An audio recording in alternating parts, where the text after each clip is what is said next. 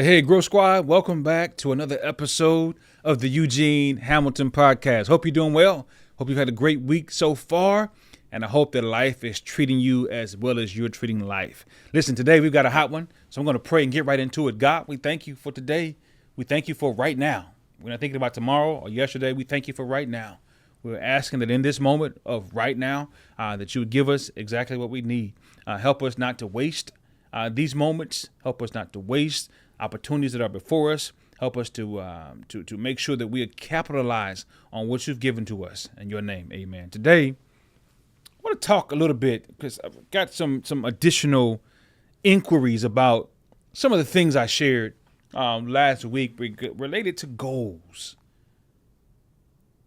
and how we can position ourselves sometimes to not reach our goals by being overly obsessed with our routines. Now, it's funny. It's funny because I told you last week that the way that you can position yourself to reach your desired outcome is to do what? Put in place a system. Put in place a system. In other words, hey, I want to write a book. That's my desired outcome. What is your system to get there? I'm going to write 500 words a week. Cool. All right. Now we're talking. Here's my system. I can desire to write a book. I can desire to write a novel. I can desire to write a pamphlet or workbook, whatever it is. But if I don't put together a system, I'm spinning my wheels. Now let's pivot, because that system that we put in place, I want to caution you not to allow your routine or your system to block new opportunities. See, systems do this. Systems oil that engine. Systems and routine put you in position to go after the desired outcome. But oftentimes we get so married to the system or the routine that we say to ourselves, for instance, if your routine is that you wake up every morning and you hit the gym at 5 a.m. You hit the gym at 5 a.m., you do your 90 minutes, whatever, however long you do it, and your system is to get back to the house and you eat your healthy meal and you get after it, right? Let me ask you this, and drop it down in the chat. What happens when you aren't able to wake up at 5 a.m. on a particular day? What happens? Let's say you had a sick kid and you were up all night and finally fell asleep at 3 and you didn't wake up till 8. Is that day now wasted? See, sometimes people get so married to systems and routines that when one thing doesn't add up, when one thing falls through the cracks, when they wake up late one day and they're like, oh man, the day is shot. Sometimes your best habits secretly kill your goals, dreams, and desired outcomes because you're more tied to the routine than the desired outcome. Here it is. I know it sounds like I'm talking out of both sides of my mouth, but please keep listening. Listen to the end. I'm going to explain myself in more than one way. Because check it out. When you find yourself so married, like for instance, let's say, and this happens to me all the time, right? When I find myself on a positive, powerful eating plan and I'm stuck between a rock and a hard place, right? Let's say I'm out of town, I go to a spot, and let's say I have one item that's not on my diet. Let's just say I eat egg whites and all of a sudden I'm on my trip, I'm at a restaurant and I have eggs with a little cheese in it. Now, for me, what has been my Achilles heel is that I've looked at that one little deviation from my routine, and I'll say to myself, oh man, my diet is shot. And I'll just go crazy the rest of the day because I had one thing that wasn't on my regular diet. You follow what I'm saying? Sometimes in life, when we're trying to reach our desired goals and outcomes, we get so married to the system, so married to our routine, so married to these new habits that we become almost mini perfectionists. And we think to ourselves, it has to be done. That almost sounds a little bit like superstition. Like we become superstitious. Like it's the routine, it's the system, it's the habit that's going to help me reach the goal. No, it's you. It's what those habits, those systems, and those routines are building inside of you. Have you ever heard the I don't know who coined this phrase or who came up with this powerful notion, but individuals are oftentimes reminded of the fact that who we become after the journey is more powerful than the journey itself. It's not simply about the journey or the routine or the system. It's about who am I becoming? The systems are not in place to get you married to the systems. The systems are in place to get you married to you and your resilience and your courage that is building as you're moving toward that desired outcome. I hope it's making sense. Because I see too many people whose best habits secretly kill their success. Their best habits almost becomes their worst enemy because now they're now if they get out of routine one day, they're like, oh man, now it's February. This is not February now, but I'm saying it could be in the month of February. And they're like, oh man, my year is done. What? Your year is done? Oh, I'll try again in 2027. No. In fact, about 9 months ago, I said this to you, and I'm saying it again without apology. Successful people are not perfect people. Successful people are not people who get it right every day. Successful people, if you talk to anybody that's successful, talk to them like real talk. They will let you know that even though they like their cold plunge, they like their sauna, they like all this stuff, some days they can't get to it. But does that mean you're less productive? Does that mean that because you didn't get to that thing that has become a part of your daily routine? Listen, successful people are not perfect. Successful people realize and recognize when they've gotten off course and they've become masters at self-correction. Successful people are not people that get it right every single time they get up to the plate. Man, have you ever seen this? And baseball is a trip because you can have somebody get up to the mound or to the plate, I should say, the pitcher's on the mound, but get up to the plate to bat, and they could miss 5 out of 10 swings. And they're an all-star. They're going to the Hall of Fame. Right? They're not perfect. They don't hit the ball every time. Right? But they give 100% effort every time. They try every time. They recover. So what am I telling you? As you think about what it is that you are going to accomplish this year, I'm just doubling down on what I said last week. Yeah, develop habits. Yeah, develop a routine. Yes, I stand on it. Put systems in place that will pull out the best version of you. Do it. Make no apologies for it. But I want you to understand that this journey is about more than your system. I keep saying it because I want you to be laser focused on not just the desired outcome. Here it is. But who do I need to become so that I can properly handle the desired outcome?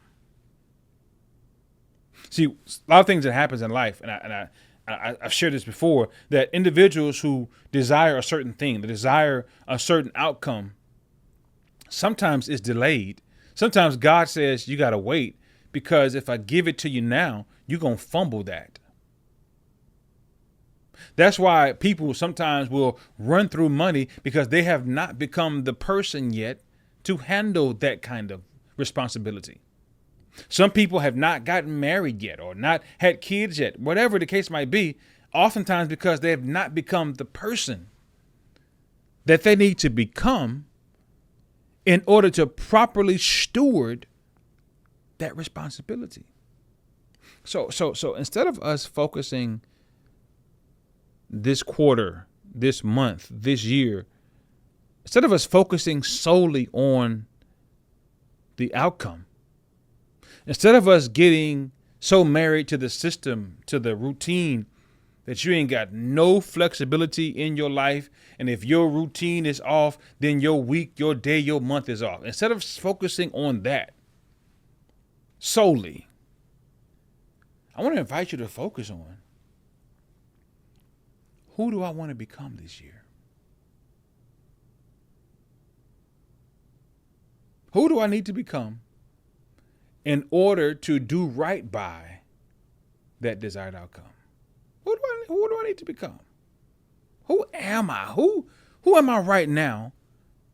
Right? Based on what 2025 looked like, who am I as I start this year, and who do I want to become by the time this year ends? So here it is. When you have unbreakable routines, here's the second challenge. Sometimes you miss out on a spontaneous opportunity because you're so rigid with your routine. There are opportunities that have come my way throughout the course of my life that have, quote unquote, interrupted how I thought things should be going. Has that ever happened to you before? Yeah. I mean, listen, I've been on an airplane and I've mapped out my airplane. I'm going to pull out my laptop. I'm going to pull out, and I've mapped it out. I've said, hour 1, I need to have this done. Hour 2, this done, blah, blah, blah. And I don't want to put my earplugs in. And what if somebody sitting next to me wants to talk about an opportunity to expand what I'm working on? But if I'm so closed off, I've built this thing. I've said to myself, you know what? On airplanes, I don't talk to anybody. I plug my ears and I get to work. Okay, that's cool. But sometimes there's a spontaneous blessing waiting for you on the airplane. So I want you to consider and think about the fact that sometimes your best habit, I don't want you to lose your habits, lose your routine. Those are absolutely, if they serve you well, do not get rid of them. That is not what I'm saying. If your routine, if your system serves you, I'm a big system guy. I just told you that, hey, listen, I cannot sit here with a blank, I'm going to buy a new car this year, and don't put together a plan to save X amount of dollars per month, to cut back on this thing so I can have enough money to put up for this. No. Please have your system in place. I'm a system guy. What I'm saying, though, is don't be so married to your system that you don't leave any room in your life for spontaneity, for something to come along that doesn't fit into your little box, for something to come along and all of a sudden you say to yourself, oh, wow, I didn't think about that. For something to come along and all of a sudden it's like, oh, wow. If you got tunnel vision. My dad used to work for a guy who at some point in his life, he could no longer see. That peripheral vision was gone. All he had was tunnel vision. And he could only see what was in front of him. And we would oftentimes, if we're out working, if we're out, doing whatever on his property, and we'd have to yell out to him if he's in danger because he couldn't see what was around him. And sometimes when we find ourselves having tunnel vision, we cannot see not just danger that's around us, but sometimes we can't even see opportunity that's around us.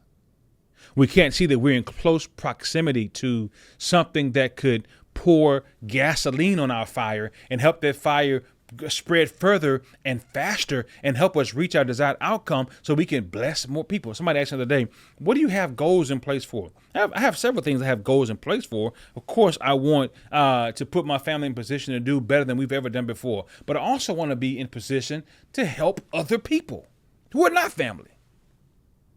And the faster I can get to my goal, the faster I can reach my outcome, the faster I can help other people. I heard a guy talk about, because, a lot of people are some people, they're so system routine driven that they can't learn from other people. They want to learn themselves. Oh, and I get it. I want to learn the way. I got to get it out the mud. I got to learn the way that my daddy learned it. No. My goal in parenthood is to allow my son to hack some of my hours. In other words, the hours I put in on certain things, I want him to be able to have an inside track to saying, you know what, I don't have to go. That's parents say that all the time. Oh, I don't want my son or my kids to have to go through the same. I want them to put in hard work and effort, but they don't have to do the same thing I did.